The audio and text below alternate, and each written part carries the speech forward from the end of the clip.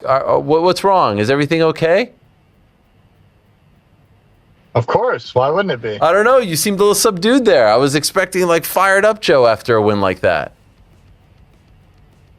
Nah, man. I meant when I said when I really found God and I really have changed my ways. And yeah, there's no high to ride. I'm very grateful that I won, and it's one for the history books. I'll always remember. It was a special moment. The walkout, the fight week, the fight, the respect between me and Izzy. I've written it better if I tried. I found my faith in everything, and I feel like it's not going to be something I ride a high on because, nothing is, there is no high anymore. I'm living the high every day with my faith and with my connection to God and Jesus, and just burying myself in that and the trust of his plan. So I feel like that's the only reason I had victory, because of the life changes that I've made and the trust that I put in him, that whatever is supposed to happen was supposed to happen. And luckily this time, God was with me.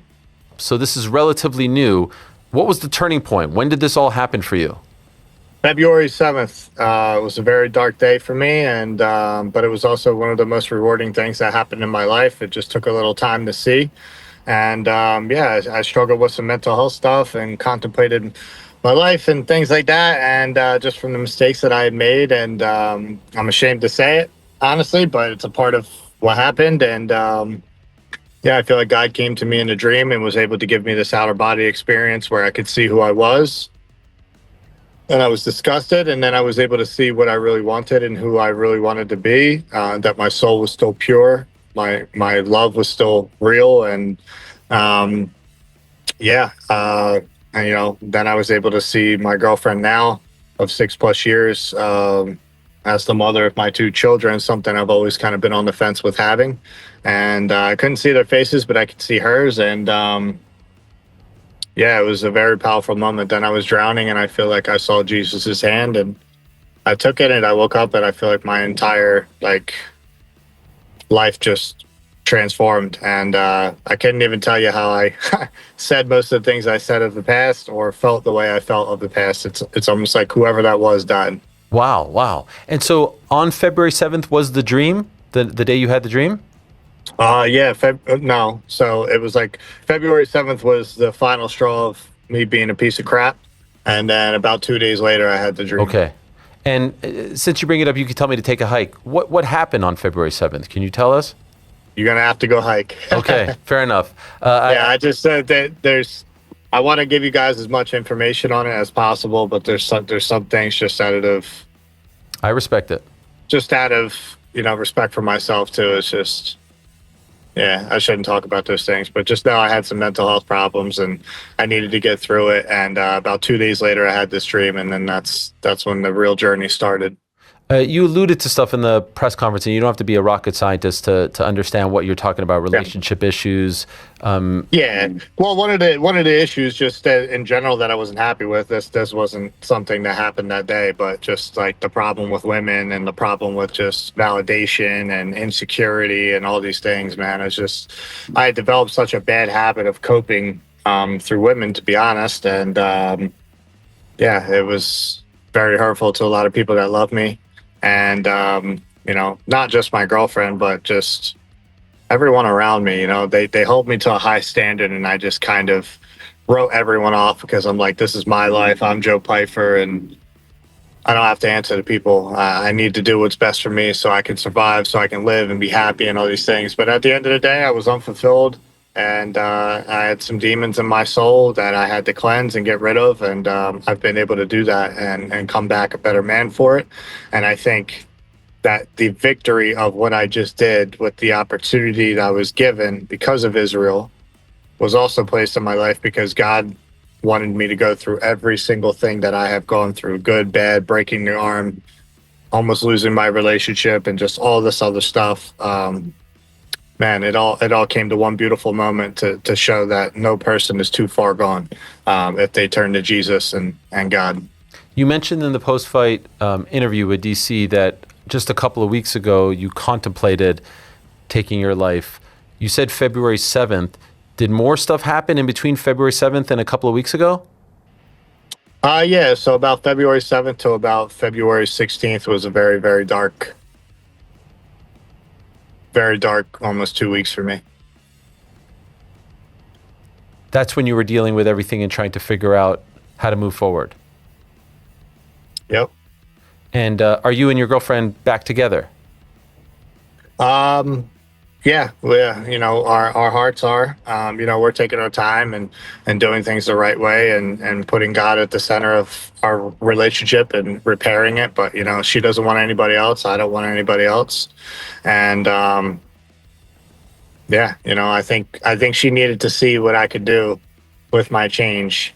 Um, she had already seen it. She already saw my face. We'd seen each other before the fight and everything like that. We were in a good spot, but I think she really needed to know how much I loved her because I really didn't show it. I've always been somebody that doesn't know how to take love very well, and she loved me unconditionally and never spited me, never was vengeful to me, never abandoned me, man. That girl is what brought me to where I am now. And I believe that wholeheartedly because I believe God put this woman in my life for a reason. And I think it was to bring me to who I am now as a man, as a true man. I wasn't a man before. I was a fallen man of the evil of the world. And, for a long time, I think I was just so angry and so damaged and traumatized from things that I developed these coping mechanisms that just slowly were taking pieces of my soul away and my happiness. And fighting wasn't it. I made fighting it. I made it all or nothing, and it still wasn't bringing me happiness. So I had to really. And the greatest thing she ever did was let me go because she loved me so much. So that way I could work on my relationship. And if I was going to come back and be a better man, the only way it was going to be possible was through repentance and forgiveness and just surrendering everything at Jesus's feet, man. So that's what I did. That's what I worked on. And it was very tough to do because every day I had to get up and go train and I didn't want to. And I didn't have the best camp. But, God willed it and I got up and I kept going and I kept pushing through. And here we are, the biggest win of my career in the top 5. Tough question to ask, and I'm sure to answer as well. I know to answer as well, but how close were you to actually going through with those thoughts that you were having?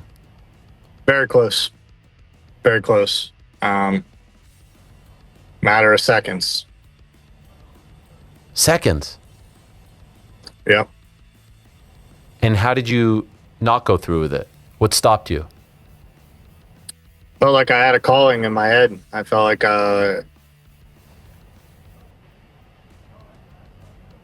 that's not what I wanted to do.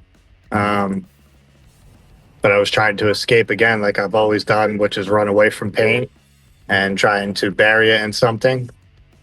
And for once, I finally faced it, and I just cried out and asked God to save me and bring me to Him and trust in Him. And it's probably the hardest thing I've ever done because quitting is easy, and I know there's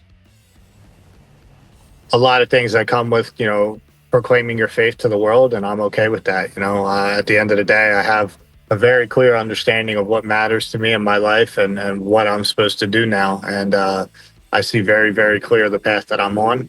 And so it was a matter of seconds, and that prayer is what saved me. Did someone, last ditch effort.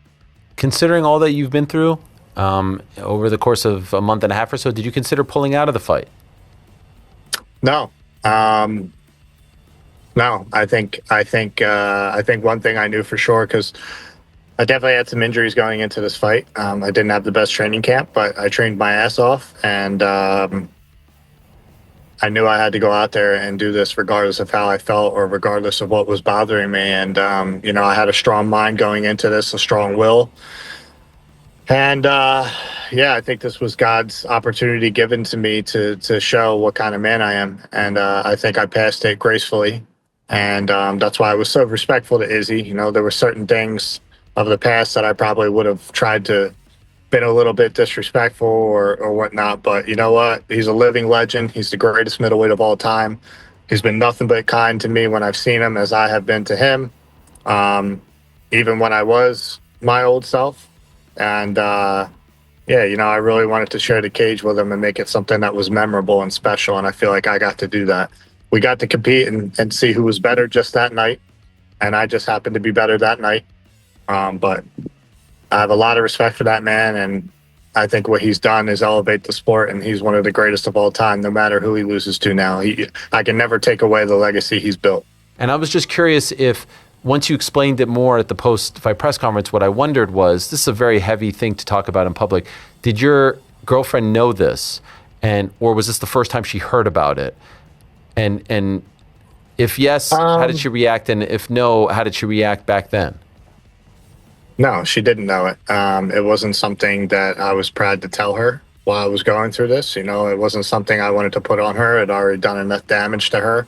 And the last thing I needed her to worry about was that. Yeah, that was the first time I'd said it. I didn't say any of that to my friends. I didn't say any of that to my coaches. It wasn't something I was proud of, but for whatever reason, in the moment, I felt like it was something I needed to share, because I really feel that without this faith journey that I've been on, I wouldn't have been there. And it's a tough thing to say publicly, but it's not really that tough to talk about right now, because I could never fathom doing something like that again. And it hopefully will be the last time I ever have to talk about something like this. So this is me putting it out there because I want the world to know that we're just people. I'm just a human. I breathe air. I bleed blood.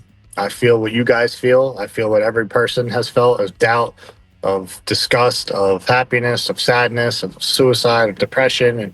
And it's a very selfish thing to feel and to do, because even if there's just one person out there who cares about you, it's not worth doing it. And if there's nobody out there, it's still not worth doing it, because we're all children of God, and we all deserve the chance to be happy. And if you get right with God and you get your life right with the way that we're commanded to live, you will be rewarded. And I think I'm a clear example of that, because probably on any other night, I wouldn't have beat Israel Adesanya, but I did. And I'm just a kid from the sticks of Vineland, New Jersey, that had a rough life, not even close to the roughest life of some people. So I'm not out here, proclaiming that I've had one of the toughest journeys. I haven't, but look at the beauty I was able to create through my pain. And it's only because I surrendered.